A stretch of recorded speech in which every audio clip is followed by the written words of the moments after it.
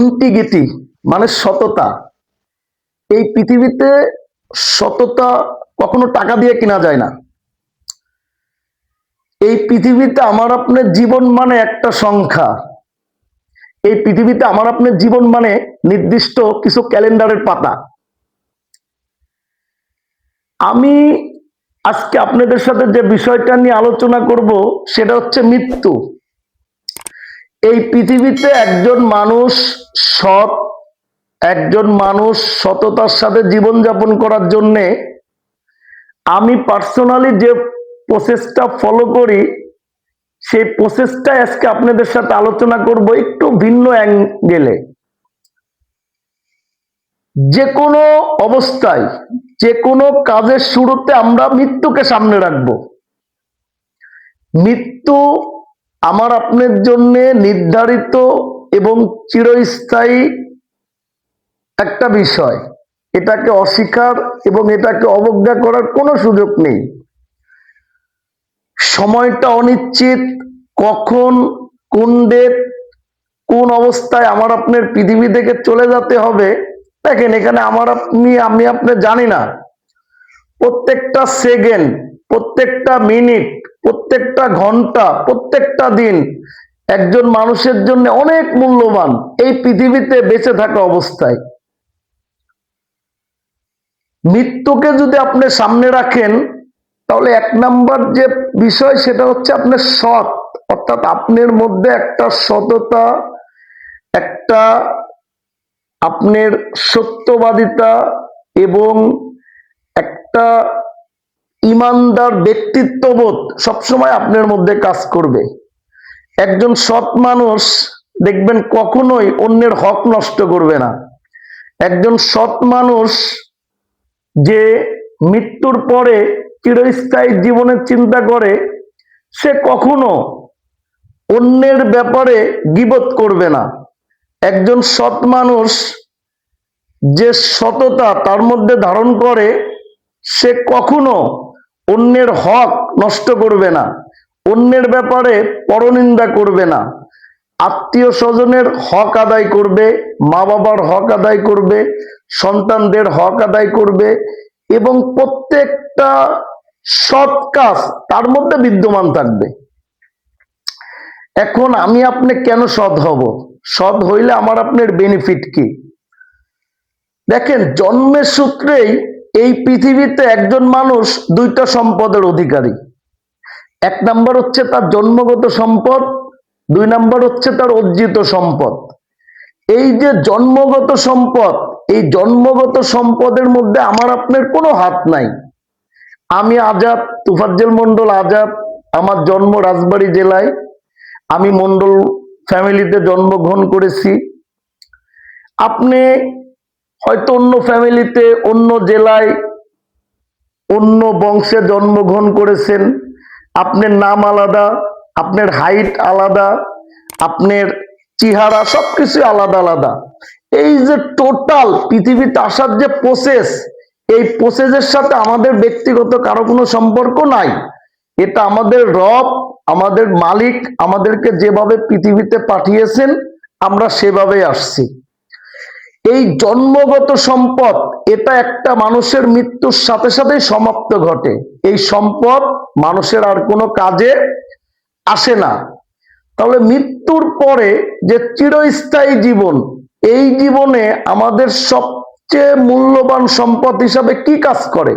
সেটা হচ্ছে আমাদের অর্জিত সম্পদ। দেখেন, অর্জিত সম্পদ দুনিয়াতে সবচেয়ে গুরুত্বপূর্ণ। যেমন একটা মানুষ জন্মের পরেই তার বাবা মার কাছ থেকে শেখে, পারিবারিক ব্যাকগ্রাউন্ড, তারপর সে স্কুল লাইফ শুরু হয়, তার প্রাইমারি স্টেজ, তাই হাই স্কুল, কলেজ লাইফ শেষ হয়। একটা মানুষের অর্জিত সম্পদের প্রথম এবং সবচেয়ে গুরুত্বপূর্ণ অর্জন হচ্ছে জ্ঞান। এই পৃথিবীতে একজন মানুষ জ্ঞান দ্বারা তার পুরা জীবন সে পরিচালনা করে।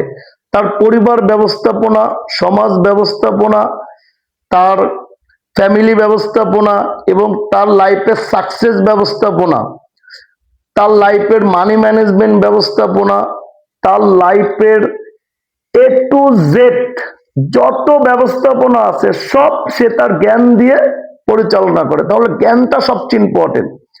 এখন এই জ্ঞানের দুইটা ধারা আছে, একটা হচ্ছে দুনিয়াবি আর একটা হচ্ছে পরকাল। একটা হচ্ছে জেনারেল আর একটা হচ্ছে আপনার আমাদের ধর্মীয় জ্ঞান। এই দুইটা জ্ঞানকে আমাদের ব্যালেন্স করতে হবে। দুইটা জ্ঞানকে ব্যালেন্স করে যে তার লাইফ ডেভেলপমেন্ট করতে পারবে, সে দুনিয়া এবং পরকাল দুই জায়গায় সাকসেস হতে পারবে। দেখেন, একজন মানুষ প্রচন্ড জ্ঞানী বাট তার মধ্যে হৃদায়ত বোধ নাই।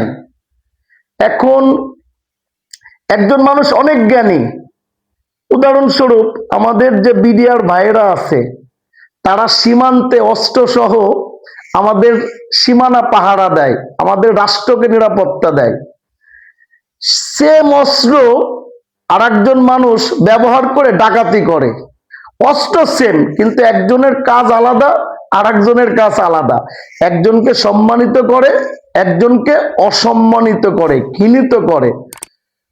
তাই এই যে একজন অসৎ মানুষ, সে অনেক জ্ঞানী, কোনো লাভ নাই, সেই জ্ঞান মৃত্যুর পরে তার কোনো কাজে আসবে না। দেখেন, একজন মানুষ যখন জ্ঞানী হয় তখন সফলতার ক্ষেত্রে সবচেয়ে ইম্পর্টেন্ট ভূমিকা রাখে তার জ্ঞান।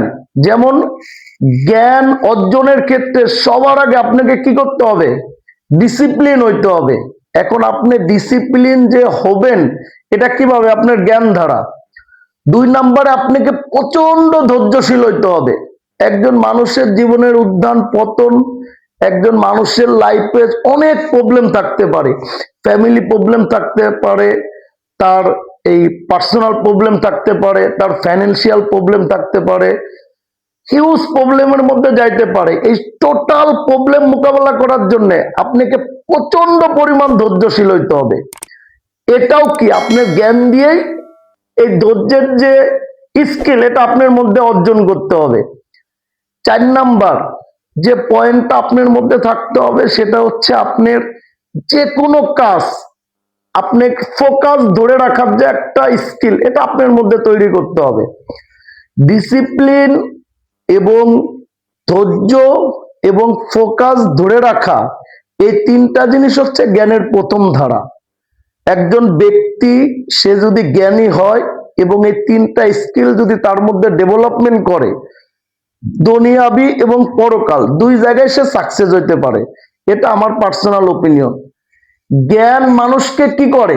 বিকশিত করে, আপনার পরিবারে সম্মানিত করে, আপনার অফিসে পদোন্নতি দেয়, আপনি সাকসেস লাইফ লিড করতে পারেন এবং আপনি আপনি অন্যের জীবনের মান উন্নয়ন এবং অন্যের হ্যাপিনেসে আপনি আপনার ভূমিকা রাখতে পারেন। এই জন্য আমাদেরকে প্রচুর জ্ঞানী হইতে হবে। জ্ঞানের কোনো বিকল্প নেই। জ্ঞান একমাত্র জিনিস যেটা আপনি সেল করতে পারবেন, যেটা দিয়ে আপনি প্রচুর আর্ন করতে পারবেন, আপনার লাইফের প্রত্যেকটা সাকসেস আপনি অ্যাচিভ করতে পারবেন।